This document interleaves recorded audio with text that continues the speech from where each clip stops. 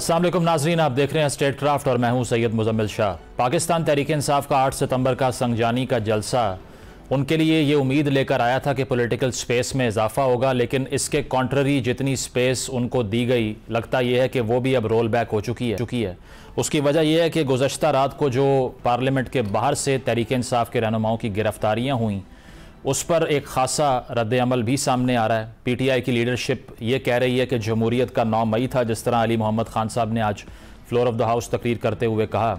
इसके साथ साथ जो टॉप टियर लीडरशिप थी, जिसमें जैन कुरैशी थे, आमिर डोगर थे, शुएब शाहीन थे, शेख वकास थे, हामिद रजा साहब थे और रशीद अफजल मरवत साहब थे, सबको अरेस्ट किया गया। तकरीबन 13 रहनुमाओं का गिरफ्तार होने की इतलात अब तक मौसूल हो चुकी हैं, जिनके खिलाफ मुकदमात भी दर्ज हुए हैं। इसके साथ साथ वज़ीर आला खैबर पख्तूनख्वा अली अमीन गंडापुर साहब के हवाले से भी ये खबरें आ रही थी कि 8 घंटे तक उनसे रब्ता नहीं हो पाया, लेकिन अब वो पेशावर पहुँच चुके हैं। इस सारी सूरत हाल में स्पीकर कौमी असम्बली की तरफ से भी मजम्मत की गई इस रवैये की कि आप पार्लियामान के अरकान को इस तरह से अरेस्ट करें प्रोडक्शन ऑर्डर के बग़ैर, और उन्होंने इस हवाले से IG इस्लामाबाद को भी तलब किया है और उनको ये डायरेक्टिव दिया है कि आप इन तमाम रहनुमाओं को जिनको आपने गिरफ़्तार किया है, इनको पार्लियामान में मेरे सामने पेश करें। तो अब देखना यह है कि इसकी तामील होती है या नहीं, लेकिन जो तकरीर अली अमीन गंडापुर साहब की तरफ से की गई थी, जिसको उनके अपने बहुत से रहनुमाओं ने कंडेम कर दिया, यानी कि बैरिस्टर सैफ साहब की बात करें या बैरिस्टर गौहर की बात करें, दोनों की तरफ से रिजर्वेशंस थी कि इस तरह की तकरीर नहीं होनी चाहिए थी। लेकिन दूसरी तरफ आज जब एक्स चेयरमैन PTI को 190 मिलियन पाउंड केस में पेश किया गया, सहाफ़ियों ने सवाल किया कि गंडापुर साहब की इस तकरीर पर बहुत से लोग बयानात को वापस ले रहे हैं और अपोलोजेटिक हैं, तो उन्होंने जवाब ये दिया कि जो भी इस तकरीर पर माफ़ी मांग रहा है वो दरअसल बुज़दिली का शिकार है, और जो उन्होंने कहा वो बिल्कुल ठीक कहा। साथ साथ जो मुज़ाकरात के बारे में बयानिया था, उस पर एक्स चेयरमैन PTI ने यह कहा कि जो मुज़ाकरात हम करना चाह रहे थे इस्टेब्लिशमेंट से, या जिन लोगों को मैंने परमिट कर रखा था कि आप बात कर सकते हैं, अब मैंने उनको भी रोक दिया है और अब इस्टेब्लिशमेंट से कोई बात नहीं की जाएगी।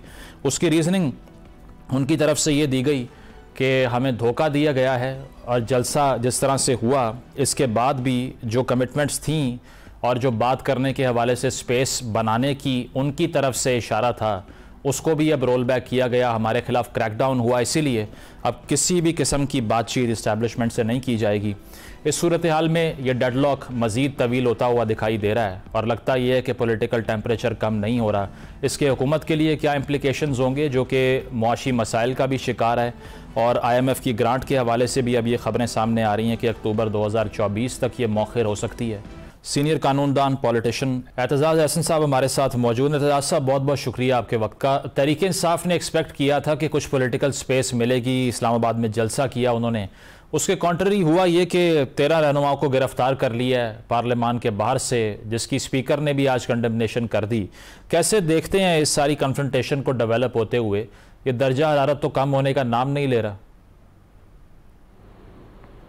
नहीं, कल और आज तो गवर्नमेंट ने बहुत बढ़ा दिया। कल आप देखें कि ये 41 शर्तें लगाने का कहाँ तरीक़ेकार था।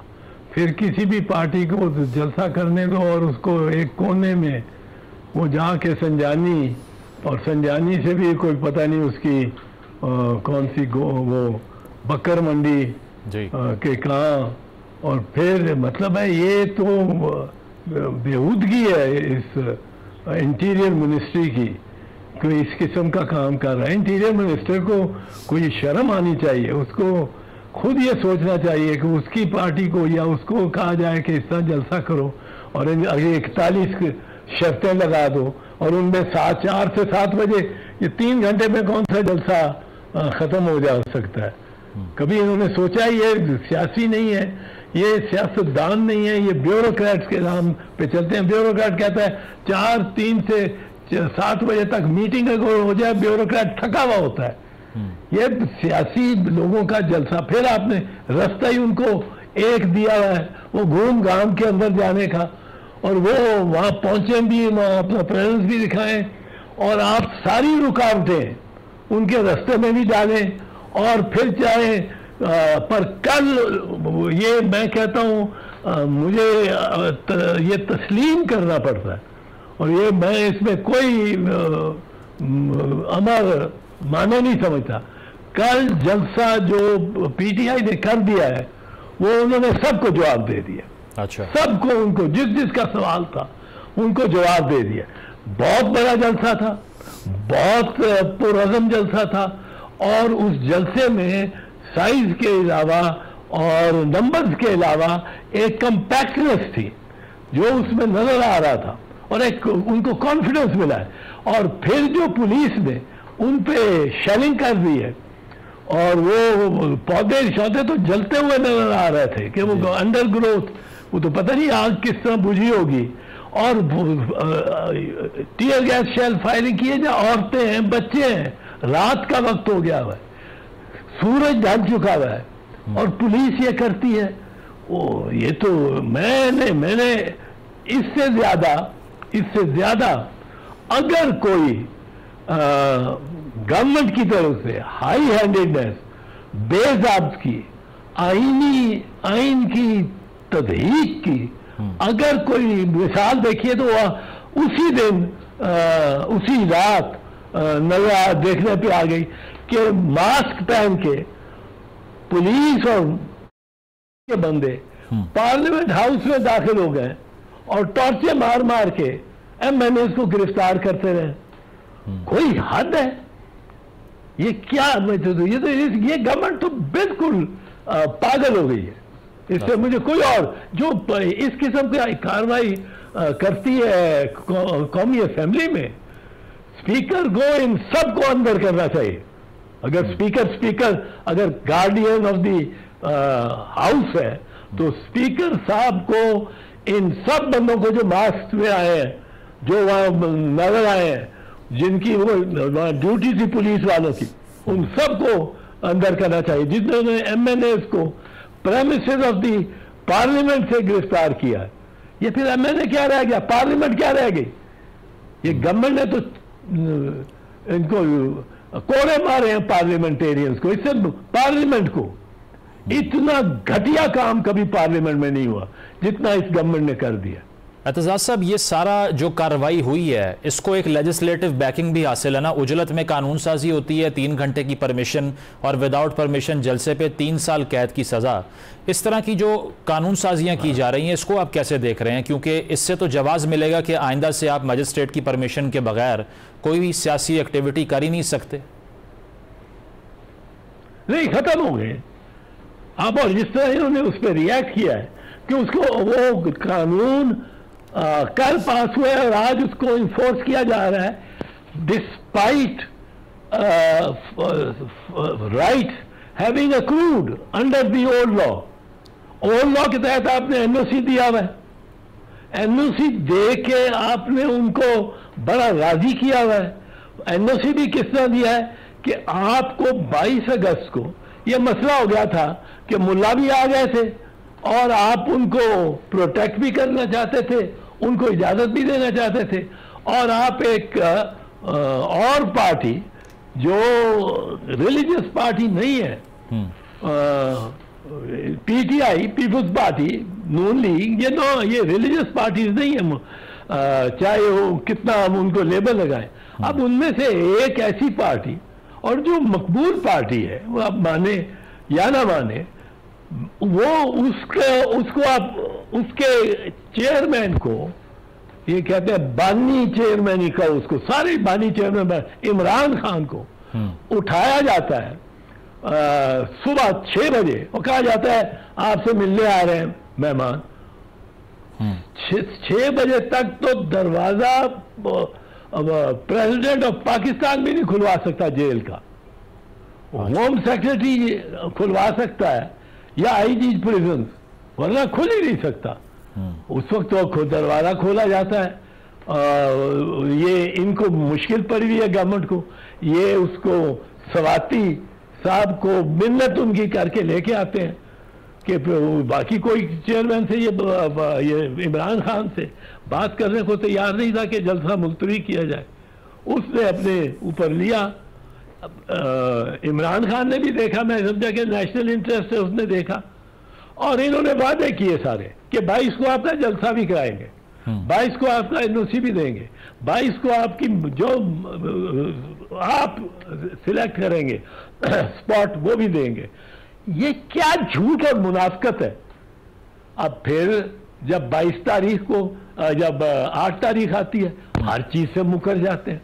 आप वहां जाके जलसा करें, वो कोने में उसने वहां भी कर दिया, उसने बड़ा जलसा कर दिया, कोई और पार्टी नहीं कर सकती। मतलब मैं आपको बताऊं एहतसाब साहब, मतलब आप ये समझते हैं कि यही वो रीजनिंग है जिसकी बुनियाद पे आज खान साहब ने कहा है कि दोबारा कोई बात नहीं की जाएगी इस्टेब्लिशमेंट से, मैंने 5-6 लोगों को मैंडेट दिया था, उनको भी रोक दिया है क्योंकि कोई फायदा नहीं है। यही बात होगी। मैं तो इसके हक में नहीं रहा, पहले भी मैं कहता, कई दफा कह चुका हूं। मैंने खान को भी पैगाम दिए ये आपके मीडिया के जरिए कि आप बात करो सिविलियन पॉलिटिशियन से और पॉलिटिकल पार्टी सिविलियन उनसे ना करो, वर्दी वालों से आप अपनों से बात करो, और चाहे कितने बुरे हैं इनमें ही आप इत्तेहाद पैदा करो ताकि आप सरवाइव कर सकें एज ए गवर्नमेंट। दूसरे की गवर्नमेंट आए वो सरवाइव कर सके, लिव एंड लेट लिव आपस में करो। और मैंने यहां तक कहा था कि आसिफ जरदारी एक ऐसा शख्स है जो कि लोगों को नजदीक ला सकता है। मैं ऑनेस्टली इसको जानता हूं, इस बात को, और he can bring people together. और मैंने इमरान खान को एडवाइस दी, मशवरा दिया कि आप इनको छोड़ दें, नून वालों को, ये इनसे बात ना करें, आप किसी और पार्टी से बात नहीं करना चाहते ना करें, आप प्रेसिडेंट ऑफ पाकिस्तान से तो बात कर लें, उसके जरिए ही बात करें। पर आज मैं मायूस हूं, कल जो हुआ है पार्लियामेंट के अंदर, इंतहा है ये तो। This should not be accepted by the speaker, by the chairman, by the president, by the prime minister. Programme में एक ब्रेक शामिल करते हैं, ब्रेक के बाद वापस आएंगे। Stay with us. Welcome back नाजरीन, डिस्कशन को कंटिन्यू करते हैं। इसके ऊपर एक नैरेटिव ये भी, जो कल भी बहुत से हुकूमती वुज़रा ने कहा कि जो इश्तियाल दिलवाया जाता है वो उस तरफ से है। गंडापुर साहब ने तकरीर कर दी और नाजेबा ज़बान इस्तेमाल की सहाफ़ियों के बारे में, मरियम नवाज साहिबा के बारे में, और यहाँ तक के अल्फाज इस्तेमाल कर दिए कि मैं 15 दिन में छुड़वा के ले जाऊँगा या हमलावर हो जाऊँगा एक सूबे के ऊपर। तो ये सारा कुछ देखते हुए आपको लगता है कि वो भी कोई तरीके इंसाफ का फ़ायदा नहीं कर रहे? पॉलिटिकल टेम्परेचर को बढ़ाने में उनका भी उतना ही हाथ है, और कोई फेवर अगर मिलनी थी तो वो भी चली गई उनकी इस तकरीर के बाद से जो उन्होंने की। देखिए, फेवर तो मिलनी ही नहीं पीटीआई को, ये मैं बता दूं, चाहे वो कितने गुड बॉयज बने। अच्छा, ये गुड बॉय वाली कॉन्टेस्ट ही नहीं रही। गुड बॉय का वो राना सनाउल्लाह गुड बॉय है, या अताउल्लाह तारड़ गुड बॉय है, या वो अपनी मरियम बीबी, मरियम जो औरंगजेब है, वो गुड गर्ल है जो कहती है सर कलम करके लाओ। Prime minister, ex prime minister का सर कलम करो। यार अल्फाज, ये तो इनकी सोच है। तो ये गुड बॉय वाला तो अब नंबर मिलने ही नहीं पीटीआई को। पीटीआई जो कुछ कर ले, शरारत करेगी तो लोग कहेंगे शरारत, मैं भी कहूंगा शरारत। अच्छा। लेकिन ये कहें कि आप वो गुड बॉय बन जाए तो उनको उनका सही मकाम मिल जाएगा डेमोक्रेटिक गवर्नमेंट, ये नहीं। क्योंकि एक चीज इनको खाए जाती, सही, इनके सैनों में, हर एक के सैन में एक कब्र है, और उस कब्र में जो लाश है अगर वो डिस्कवर हो गई तो कत्ल का केस बनता है। अच्छा। वो उस कब्र में फॉर्म 45 है। अच्छा, शाहजी उस कब्र में फॉर्म 45, वो फॉर्म 45 निकल आई। वो फॉर्म 45 निकली थी जब अपलोड किया था इन फॉर्म्स को इलेक्शन कमीशन ने, और क्या देखा था आपने भला, वो इनके नवाज शरीफ के फॉर्म 45 किस तरह ओवर राइटिंग कर करके, काट झाट के, और कोई 18,000 वोट्स को 1,24,000 बना दिया था। और डॉक्टर राशिद, यास्मीन राशिद के वहाँ ये 1,15,000 से 13,000 रुपये ले आए थे। ये फॉर्म 45 कि दम तक ही है। एतजाज साहब, ये इस पे मौलाना साहब ने कहा ना, मौलाना साहब ने कहा फॉर्म 45 की है, 47 की, अब यही हुकूमत है, डिजोरे को छोड़ें, आप डिफैक्टो देखें अब। हाँ नहीं, हमारे यहाँ एक्चुअली डिफैक्टो को देखने का बहुत ही ज्यादा रिवाज हो गया। मैं नहीं कहता हूँ डिफैक्टो को, क्यों डिफैक्टो को देखें? अगर इलेजिटिमेट गवर्नमेंट पार्टी पंजाब के जितने एमएनए हैं, पंजाब के जितने एमपीए हैं, उनके सेनों में ये लाश दफन है, और हम किस तरह इसको दरगुजर कर दें कि लाश आपके सेन में दफन है, जिंदा दरगोर है। सही। और आप कहते हैं कि सारा शहर उसकी तरफ आए ही ना, देखे ही ना। ठीक है एतजाज साहब, एक और अहम मामला जिस पे आपसे पहले भी हम बात करते रहे हैं, चीफ जस्टिस साहब की जो मुद्दत मुलाजमत थी, इस पर उन्होंने कह दिया कि स्पेसिफिकली मुझे अपने लिए एक्सटेंशन नहीं चाहिए, आपने दीगर जजेस के लिए ये काम करना है, बेशक आप कर लीजिए। अब आपको लगता है कि ये अब हम दूर हो चुका है और हुकूमत को अब आइडिया हो गया कि कोई फ़ायदा नहीं है अगर वो लेजिस्लेट करने की कोशिश भी करते हैं? देखिए, एक दो चीज़ें मैं बताऊँ। एक तो आपने ये बात जो इतनी असर्टिवली चंद कॉरेस्पॉन्डेंट से कही, वो अपनी तकरीर में क्यों नहीं कही? अपनी तकरीर में कहते तो सारी दुनिया मान लेती। क्या लगता है क्यों नहीं कही? आप क्योंकि नहीं कही, क्योंकि इसको वो बम रखना चाहते हैं। वो देखना, देखो इस वक्त इसका प्रोसेस क्या है। ये जो इस वक्त जो आइंदा दिनों में हो रहा है, वो ये हो रहा है कि काजी साहब delivers 40 independent MNAs to the government parties, वो उनमें डिस्ट्रीब्यूट कर देते। वो उतनी सीटें औरतों की आ जाती हैं। ये कादी, the chief justice has to deliver. The government run quid pro quo government returns the favour by legislating के सारे जजों की, इसमें मुश्किल में ना डालो कादी साहब को, सारे जजेस की 3-3 साल उम्र मुलाजमत या ओहदा बढ़ा दो। लाहौर हाई कोर्ट की 62 साल से 65 कर दो, और सुप्रीम कोर्ट की 65 से 68 कर दो। सही। अब इससे कोई इफेक्ट नहीं, एडवर्सली इफेक्ट नहीं होगा जज। और कारी साहब भी 3 साल उनको मिल जाएंगे, और गवर्नमेंट के साथ उनका कॉम्पैक्ट है, गवर्नमेंट को वो संभालेंगे।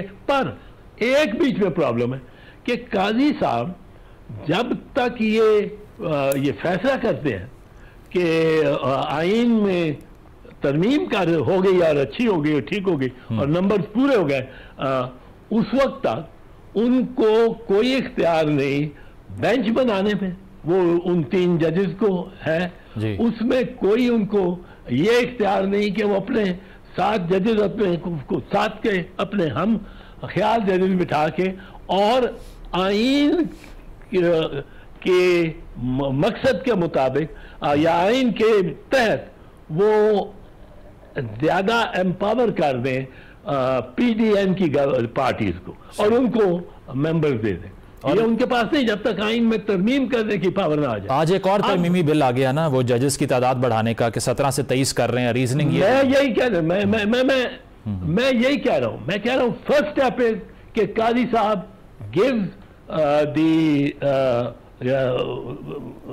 PDM party Muslim League Nawaz the number जो इधर से निकलने हैं इंडिपेंडेंट, और इसलिए 40 इंडिपेंडेंट, राजा सुल्तान वो भी बीच में है, राजा सुल्तान ने रखे थे। अब वो जब से मुस्लिम लीग नवाज को मिल जाते हैं तो मुस्लिम नवाज की इतनी वोट हो जाते हैं कि वो 2/3 मेजॉरिटी से आइन को तब्दील कर दे। अब वो आइन में तब्दीलियां करते हैं, आइन में तब्दीलियां करते हैं क्विड प्रो के तौर पे चीफ जस्टिस काजी फैज ईसा को की मियाद बढ़ाने की, सब जजों की बढ़ा देते हैं। अब काजी फैज ईसा के पास हो गए 2/3 मेजॉरिटी नहीं हुई, पर उनके पास काजी फैज ईसा के पास इख्तियारात आ गए काफी सारे। और अब वो by law but not by amendment to the constitution, by law वो पहले भी कर सकते हैं। वो पहले भी वो 23 जज कर लेते हैं, 6 जज एडिशनल ले लेते हैं, अब उनकी मेजॉरिटी भी हो जाती है। तो अब कादी फैजी साहब पहले पहला स्टेप वो मेंबरान देते हैं to Muslim League Nawaz, next step 2/3 majority से वो नेक्स्ट स्टेप 23 जजेस करके वो ये चेंज कर लेते हैं कि वो 23 जजेस को बिठा के वो बेंचेस अपने मर्जी के बनाने शुरू हो जाते हैं और उसमें अपना इख्तियार ले लेते हैं।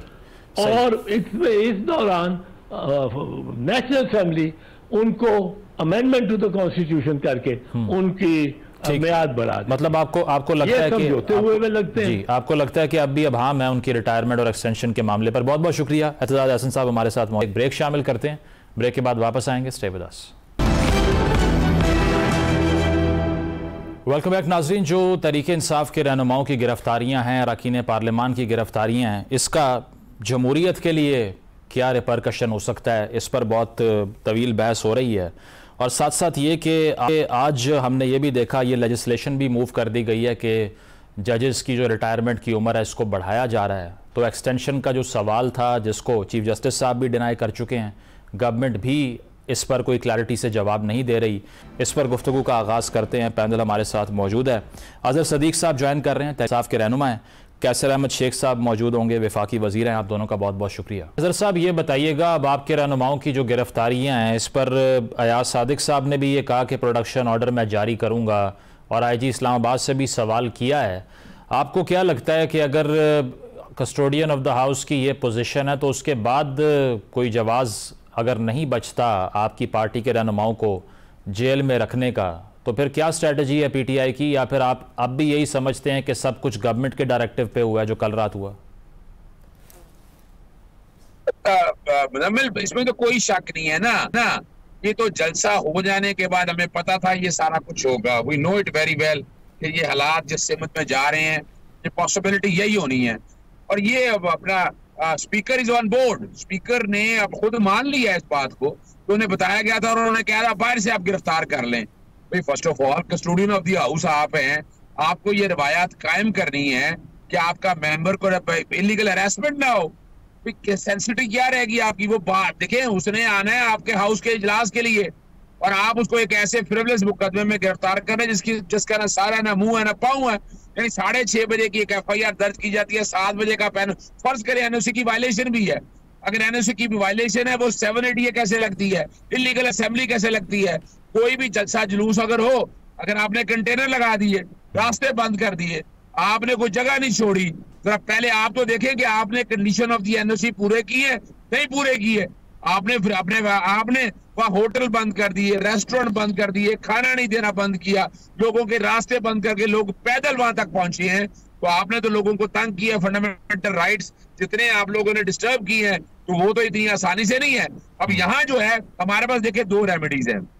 एक तो डेफिनेटली हाउस को इन्वॉल्व करेंगे, तरीके इस्तेहकाक आएगी। अभी हम देख रहे हैं कि वो स्पीकर खुद क्या लेते हैं। स्पीकर देखिए हाउस के अंदर से आगे अरेस्ट किया, अब इसकी बातें बड़ी करते हैं कि पार्लियामेंट सुप्रीम है। कौन सी पार्लियामेंट सुप्रीम है? आज आप लोगों ने देख लिया कि एक झूठे मुकदमे के अंदर जिस तरह से रात गिरफ्तार किया, जिस तरह हालात बनाए, क्या इस तरह सुप्रीम होती है पार्लियामेंट? सवाल ही पैदा नहीं होता। जब सवालिया निशान है, वैसे हमें तो पता है कि ये पार्लियामेंट बेतौकीर हो चुकी है।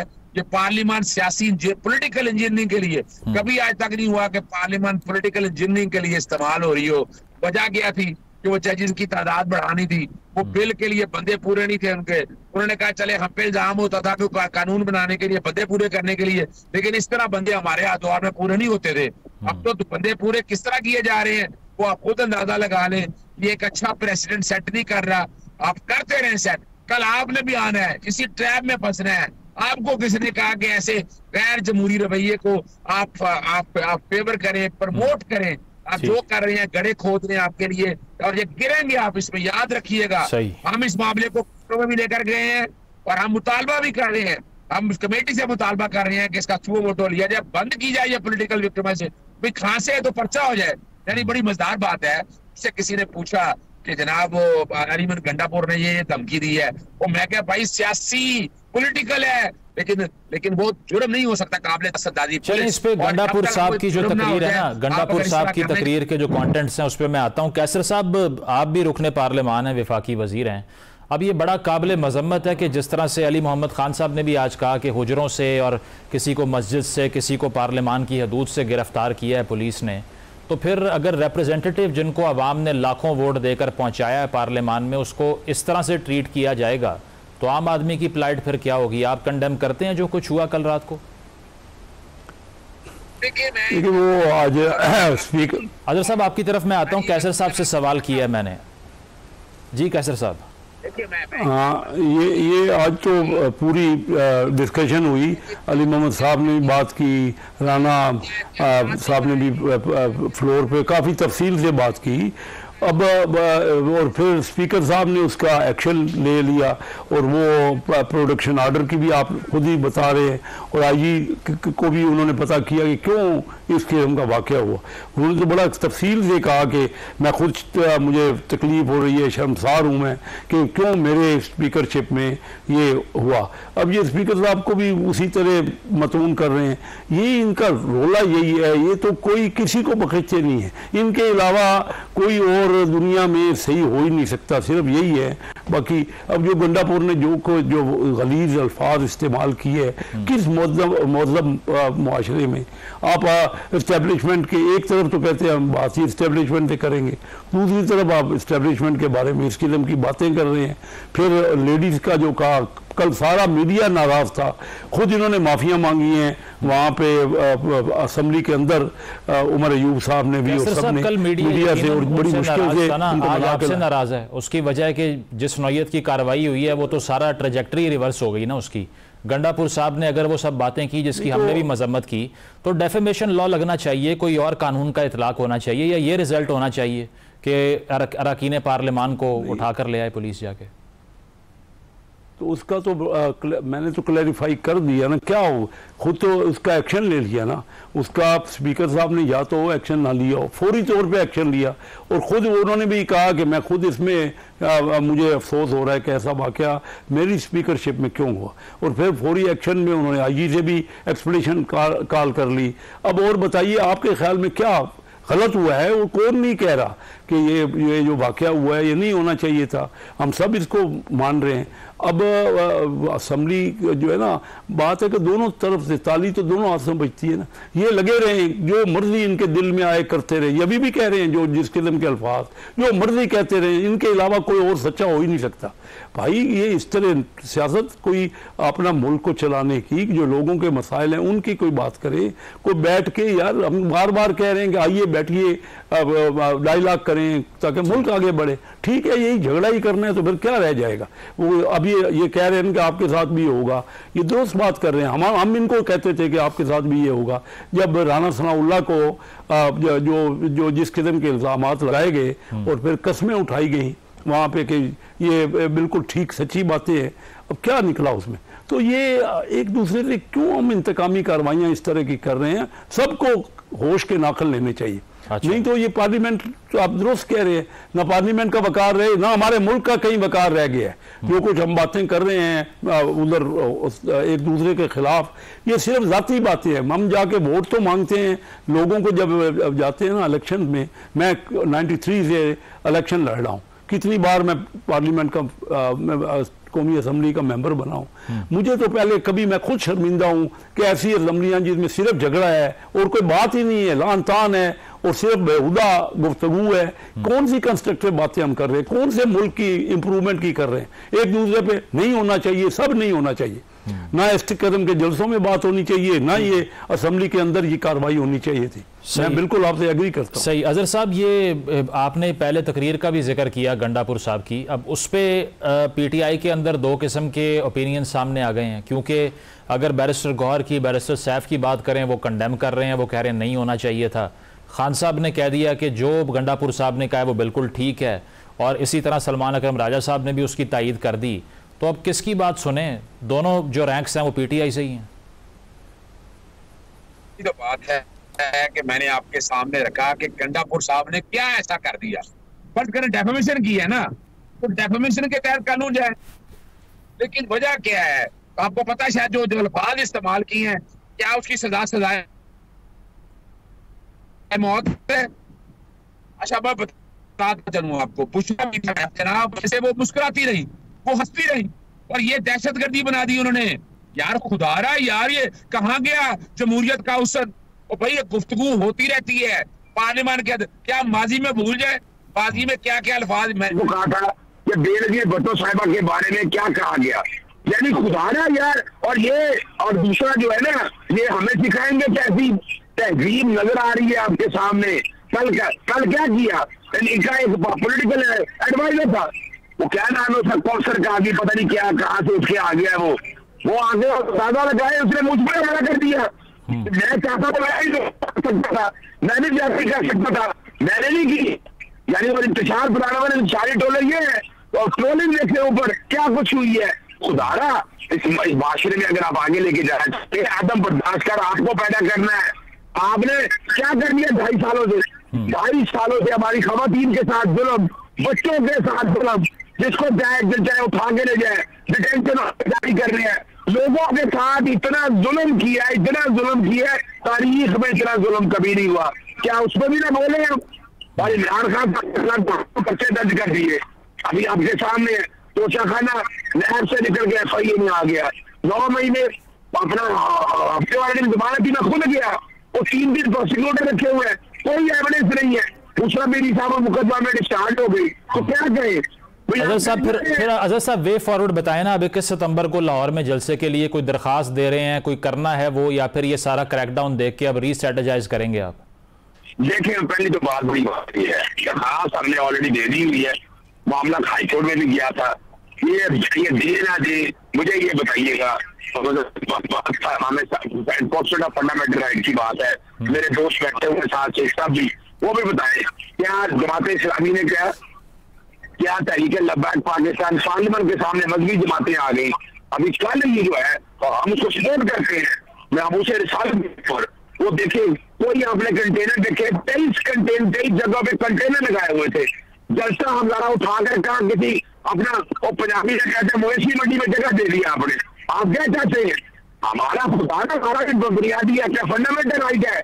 हम किसी वायलेंस पर यकीन करते हैं, कोई कानून, लेकिन हमें मजबूर दिया जा रहा है, और हम जलसे जुलूस बिल्कुल करेंगे और कानून की पासारी जरूर करेंगे।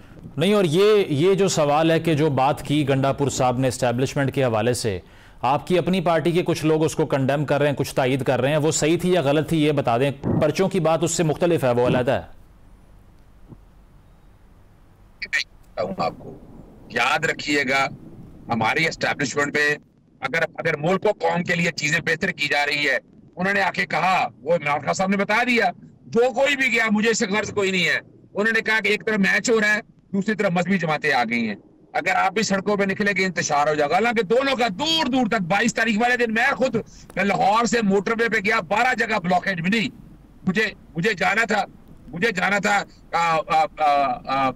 हेलो जी कंटिन्यू कीजिए आप। मुझे जाना था, यानी क्या जाना था? मुझे जाना था इस्लामाबाद हाईकोर्ट के लिए, तो 2.5 किलोमीटर दूर जाके गया मैं। यार खुदारा क्या जुल्म कर रहे हैं अब क्या चाहते हैं मुल्क के साथ? यानी अगर आप वाकई चाहते हैं कि ये मुल्क आगे जाए, तो इस मुल्क को आगे लेके जाए ना, इस तरह तो ना करें। आप मुल्क के साथ खिलवाड़ कर रहे हैं, बुनियादी हक टूट रहे हैं, आप उसमें यानी हमारे साथ जुल्म हो, तो भाई हम शोर भी ना डालें। क्या हमारा हक नहीं है? क्या हक नहीं है आवाम को बताने का? क्यों डरते हैं? 9 मई का जुडिशल कमीशन। चलें जवाब ले लेते हैं। कैसर साहब, आखिरी सवाल आपसे। कैसर साहब, अगर ये 21 सितंबर को जलसा करती है तहरीक इंसाफ, फिर कंटेनर लगेंगे, फिर इंटरनेट बंद किया जाएगा? मेरे ख्याल में देखिए, जलसा करने की हमारे आईन में हर एक को इजाज़त है अपनी बातचीत, लेकिन उसमें रहे ना। अगर इस तरह के जलसे करने हैं जिसमें आपने इस्टेब्लिशमेंट को और जिसमें आपने लेडीज़ को और जिसमें आपने मीडिया के ख़िलाफ़ बातें करनी है, तो ऐसे जल्दों को कोई फ़ायदा नहीं। मैं समझता हूँ ऐसे जल्दी इजाज़त है सबको, कंटेनर नहीं लगने चाहिए मेरे ख्याल में। इसमें कोई मेरी ज़ाती राय है कि ये हर एक को, ये हुकूमती जमात तो नहीं ना फैसला करेगी कि जलसों का उनका फ़ायदा है या नहीं। उनका तो रिजर्वेशन ही है कि ये फ़ायदा नुकसान तो हमें डिफ़ाइन करने देना। मैं हुकूमती जमात, मैं तो आपको अपनी बात कर रहा हूँ कि मुल्क को भी तो कोई सोचने वाला है, जो लोगों की भी कोई सोचे ही, आपस में ही लड़ाई करते रहना है। ये जो कल खुद सब ने माना, उमर अयूब साहब ने, मैं वहाँ मौजूद था तो कहा कि गंडापुर साहब ने गलत बातें की हैं और उनके ब्याह पे हम माफ़ी मांगते हैं, और उनसे भी वो भी कह रहे हैं कि माफ़ी। तो उसके बाद आप बताइए, खुद वो कहें ना जो कोई बातें, जिसको जो मर्जी जलसा करें, ठीक है। अगर मुल्क के इंतशार ही फैलाना है और अगर यही बात करनी है कि इस्टेब्लिशमेंट जो 9 मई को हुआ जो वाकया, उसके भी तो किसी को ख्याल ही नहीं है। मुल्क किस तरह चलेगा, आप भी तो ये समझाइए। इस तरह मुल्क चल सकते हैं? एक तरफ कहते हैं कि लॉ एंड ऑर्डर होना चाहिए, नहीं, एक तरफ कहते हैं कि कानून पे अमलदारी होनी चाहिए, दूसरी तरफ कहते हैं कि हमने बात इस्टेब्लिशमेंट से करनी है, आप तो चोर डाकू हो। अब मुझे बताओ कि किस तरह बात होगी। हमारे 2 भाई हैं, ये हमारे जो PTI वाले हैं, हमारे अपने हैं ना, हम पाकिस्तानी हैं, वो मिल के बैठ जाओ यार, आपस में किस मुसीबत में हम बात करनी पड़ेगी, अदरवाइज आपके नजदीक इस एक्टिविटी का फायदा नहीं है। बहुत शुक्रिया आज़ाद सिद्दीक साहब, कैसर अहमद साहब मौजूद थे। एक ब्रेक लेते हैं, ब्रेक के बाद वापस आएंगे। Stay with us. नाज़रीन, प्रोग्राम आपने मुलाहिज़ा किया, फीडबैक ज़रूर दीजिएगा। इजाज़त दीजिए, अल्लाह हाफ़िज़।